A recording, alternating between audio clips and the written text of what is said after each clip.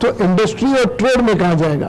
دیکھیں جب لیکن آپ تو بولتے تھے ہم گھر بنائیں گے لوگوں کے, اب غریب آدمی حج پہ بھی نہ جائے, غریب آدمی پراپرٹی بھی نہ بنائے, غریب آدمی بل بھی نہیں دے پا رہا گیس کے, بجلی کے. غریب آدمی دیکھیں میں آپ کو بتاؤں, گھر بھی بنا کے ہم دیں گے, ہم اس سے بھی کتنے لوگوں دے دیں گے سر, بڑا ملک ہے سر یہ. دیکھیے کچھ لوگ خود اپنے طور پر بھی جو محنت کرتا ہے, مڈل کلاس طبقہ جو ہے, اس کا مطلب مڈل کلاس بالکل ختم ہو جائے. نہیں, مڈل کلاس ختم نہیں ہو جائے. آپ یہ دیکھیں نا, آپ یہ دیکھیں اگر ہم ویلیوشن بڑھا رہے ہیں تو ہم بلیک اکنامی کو ختم کر رہے ہیں. ویلیوشن بڑھانے سے گورنمنٹ اگر ویلیوشن بڑھا رہی ہے, اس سے قیمتیں تو ہم نہیں بڑھا رہے, قیمتیں تو آلریڈی کم ہوئیں گی, کیونکہ جتنا آفیشیل ویلیوشن جائے گا تو بلیک اکنامی کم ہو جائے گی. تو آپ کو قیمتیں کم کیوں نظر آ رہی ہے پراپرٹیز کے؟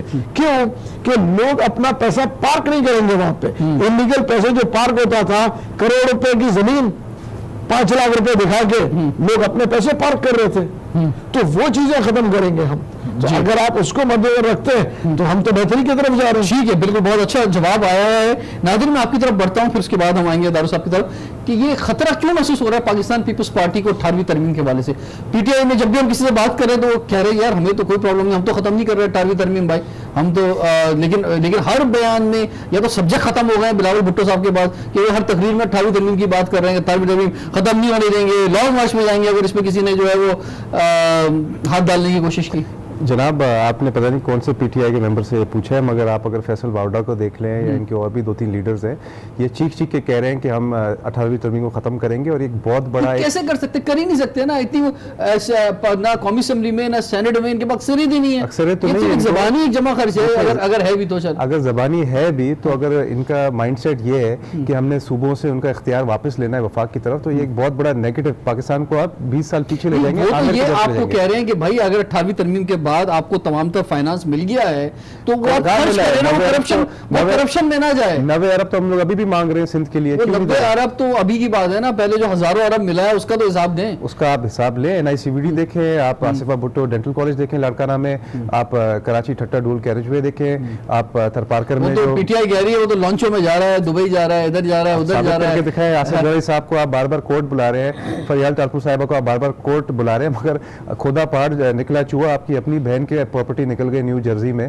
اس کے اوپر آپ نے کیا کیا؟ جو منی بجٹ آپ نے لایا اس کے اندر جو علیمہ کلوز آپ نے, علیمہ ایمنسٹی اسکیم کہلایا جا رہا ہے اس کو پورے پاکستان کے اندر, اس کے اوپر کیا جواب دیں گے آپ عوام کو؟ عوام تو یہ کہہ رہی ہے نا کہ اپنے آپ رشتہ داروں کو فیوریٹزم کے ذریعے ان کو چھوٹ دے رہے ہیں, ان کو کھلی چٹ دے رہے ہیں.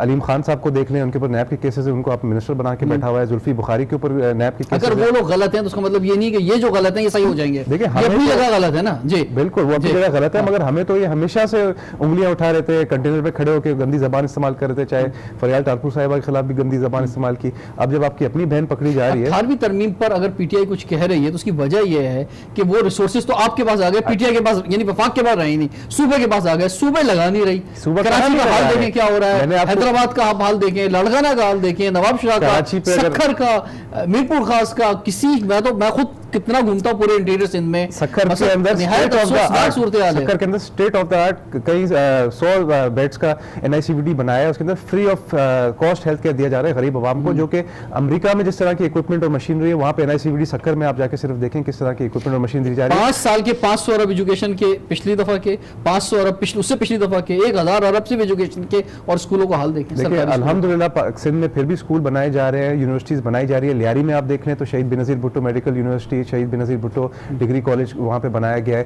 اس کے علاوہ آپ ان سے یہ پوچھیں کہ KPK میں آپ نے ایک بھی یونیورسٹی بنایا جو آپ کے پچھلے 5 سال گورنمنٹ تھی, بھائی بیٹھے ہوئے ان کو نہیں پتا ہوگا, مگر وہاں پہ ایک بھی یونیورسٹی نہیں بنائی انہوں نے. ایجوکیشن کے اوپر باتیں تو انہوں نے بڑی بڑی کی ہے پی ٹی آئی کی حکومت میں, مگر جو ان کا عمران خان صاحب کا جو نمل کالج ہے شاید وہ فورن گرانٹ وغیرہ کے ساتھ وہ شاید بنا رہے ہیں, مگر KPK میں ایک بھی انہوں نے یونیورسٹی اسٹیبلش نہیں کیا. سر یہ دارو خان صاحب, آپ یہ پی ٹی آئی اور پاکستان پیپلز پارٹی کے درمیان میں بیٹھ گئے ہیں, تو مثلا ریلیکس ہے, کوئی مسئلہ تو نہیں ہے. میں تھوڑا سا اور چاہوں گا کہ آپ ریلیکس ہو جائیں, میں آپ کو تھوڑا سا ٹائم دینا چاہوں گا, تو آپ کے بعد بریک کے بعد آپ سے آغاز کریں گے. کنٹینیو کرتے ہیں بریک کے بعد.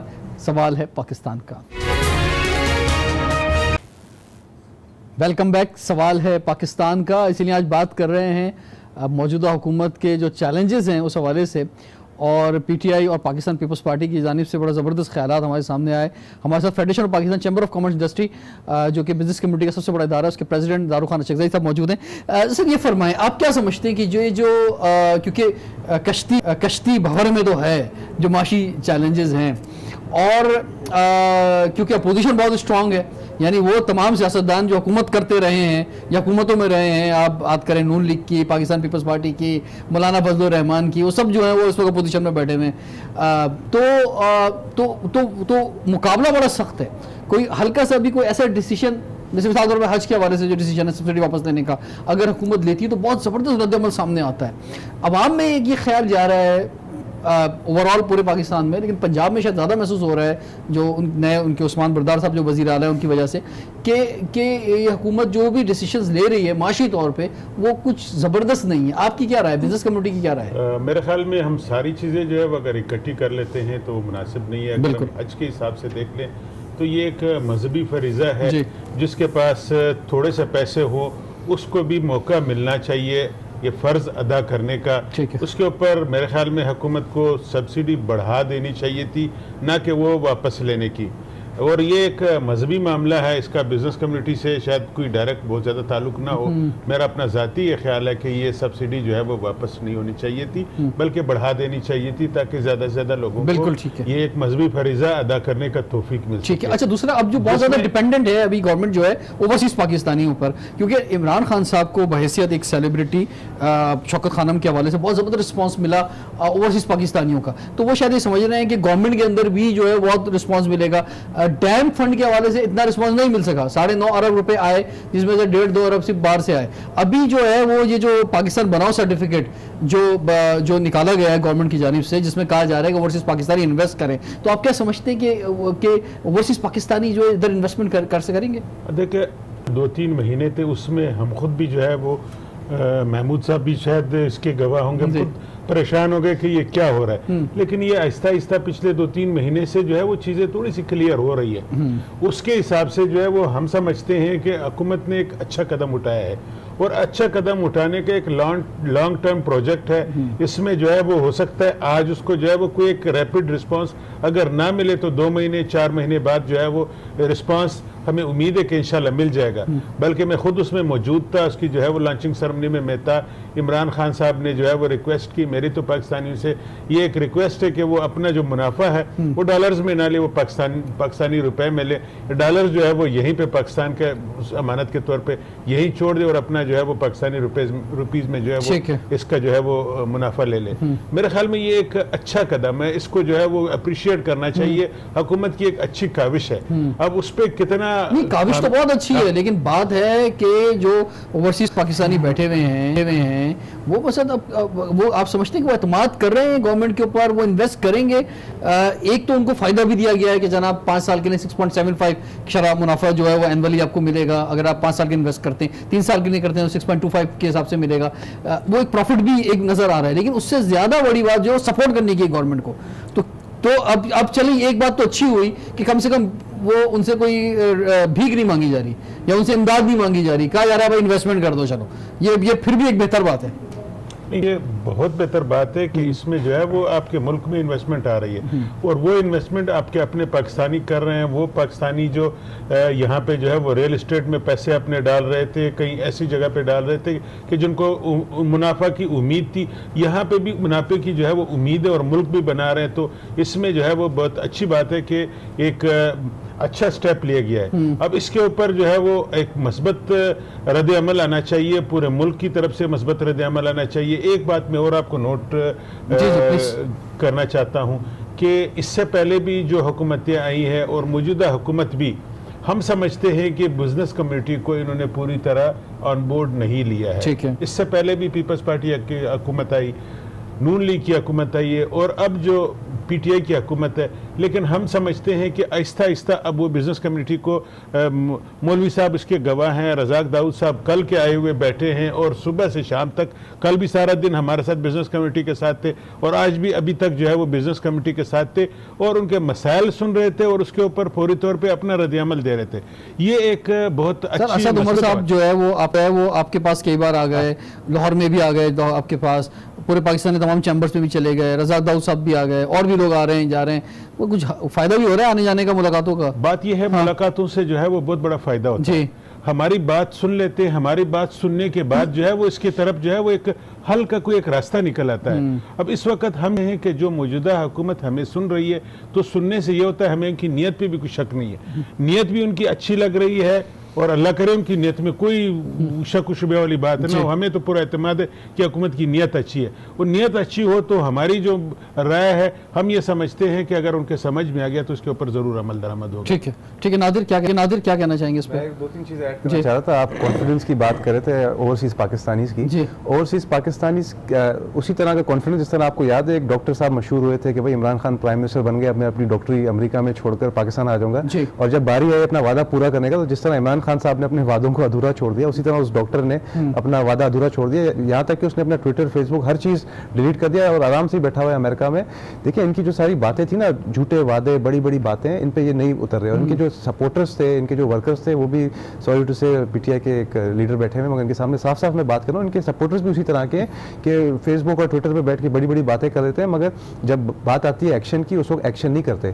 دوسری بات میں یہ کہنا چاہوں, لیکن اگر آپ خود گئے ہوں, اگر باہر میں بھی بہت گیا ہوں, تو مجھے تو اس سیزن میں پچھلے 8-10 سالوں میں سب سے زیادہ سپورٹر پی ٹی آئی کا ملا ہے. بالکل, چاہے آپ امریکہ جائیں, چاہے یورپ جائیں, آسٹریلیا جائیں, سب سے زیادہ سپورٹر آج بھی جو ہے پاکستان تحریک انصاف کا ہے. آج بھی لوگ امیدیں جو عمران خان سے لگائے بیٹھے ہیں کہ وہ کچھ جو ڈیلیور نہیں کر سکا نون لیگ اور پاکستان پیپلز پارٹی, وہ عمران خان سے ڈیلیور کریں گے. جب ایکشن کی بات آئی تو جس طرح وہ ڈاکٹر صاحب غائب ہو گئے, کیوں نہیں آئے وہ پاکستان آ جائے نا ڈاکٹری چھوڑ کے. اور میں دوسری ایک بہت انپورٹنٹ بات پوائنٹ آؤٹ کرنا چاہتا ہوں, دونوں میرے سینئر بیٹھے ہیں یہاں پہ, زیادہ بزنس کے بارے میں جانتے ہیں, مگر ایک شخص جو امریکہ میں بیٹھا ہے اس کے پاس اگر $1,00,000 $100,000 ہے انویسٹ کرنے کے لیے, وہ کیوں پاکستان میں انویسٹ کرے گا جب اس کو پتا ہے کہ بھائی میں ریٹ کتنا تباہ و برباد ہو چکا ہوگا روپی ٹو ڈالر کنورژن, کہ شاید مجھے واپسی میں $80,000 اس میں فیسلٹی ہے کہ آپ چاہیں تو وہاں پر آپ کو ڈالر میں ہی ملے گا, آپ یہاں چاہیں گے تو یہاں بھی آپ کے ڈالر اکاؤنٹ کے $100,000 بیچتے ہیں, پاکستان پراپرٹی میں انویسٹ کرتے ہیں. میرا ایک دوست ہے, اس نے $200,000 کی پراپرٹی خریدی پاکستان میں, وہ اس وقت کوئی شاید تھی 2.25 کروڑ روپے کی.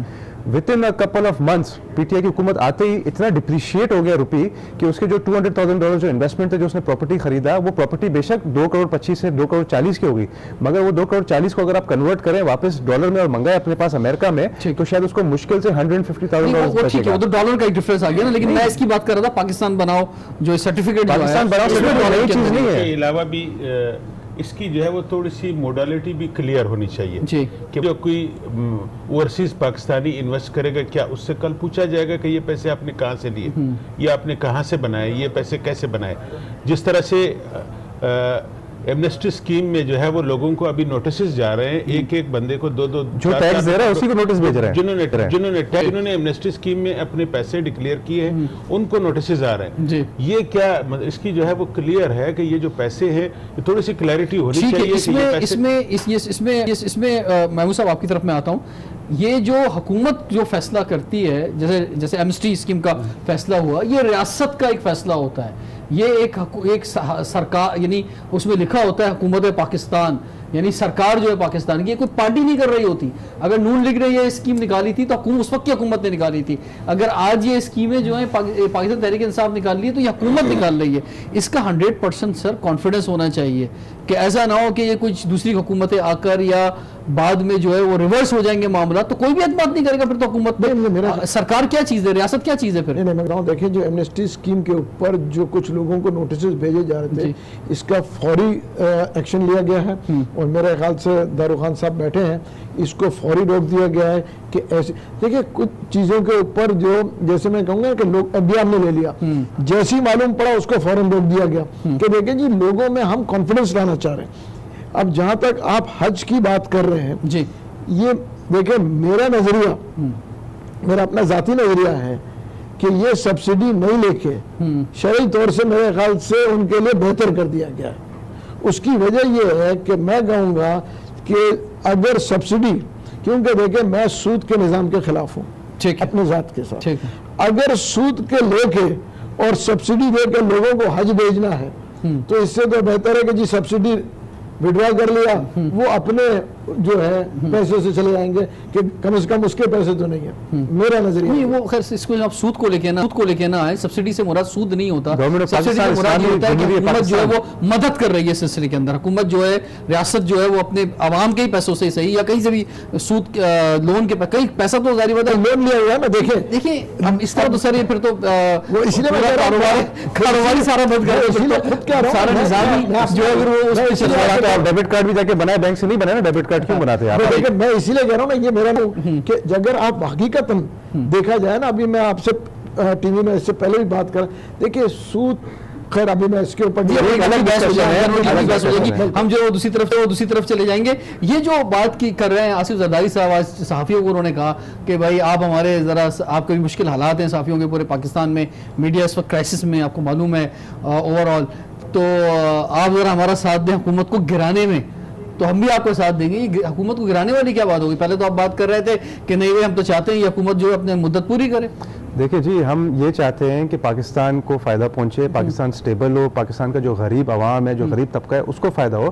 مگر جس طرح آپ خود کہہ رہے ہیں کہ حج کی سبسڈی بھی ختم کر دی ہے, اس کے علاوہ کسانوں کا معاشی قتل ہو رہا ہے. حکومت گرا دیں ڈیموکریٹکلی گرا دے, اس کی اپنی پرفارمنس عوام کے سامنے دکھائے کہ جی آپ کی یہ پرفارمنس ہے. اور دیکھیں میں آپ کو دوبارہ سے یاد, صحافی کہاں سے گرائیں گے یار؟ صحافی سب سے امپورٹنٹ انسٹیٹیوشن اس وقت ڈیموکریسی کے اندر, ون آف دا موسٹ, جو الگ الگ پلرز ہوتے ہیں, ایک پارلیمنٹ ہے, ایک جوڈیشری ہے, اور media is also one of the pillars of democracy of the government. تو اس کا بہت بڑا ایک رول ہوگا, آپ عوام کو دکھائیں کہ کتنی نااہل گورنمنٹ ہے, ان کو حکومت چلانے نہیں آ رہا ہے, پاکستان کو کس طرح بربادی اور تباہی کی طرف لے جا رہے ہیں. یہ تو خیر نہیں دکھانا ہے صحافیوں نے, میڈیا نے نہیں. میں نہیں کہہ رہا ہوں, مقصد یہ ہے کہ جہاں تعریف کرنے کی چیزیں وہاں میڈیا تعریف بھی کرے, جہاں تنقید کرنے کی چیزیں وہاں پہ تنقید بھی کرے.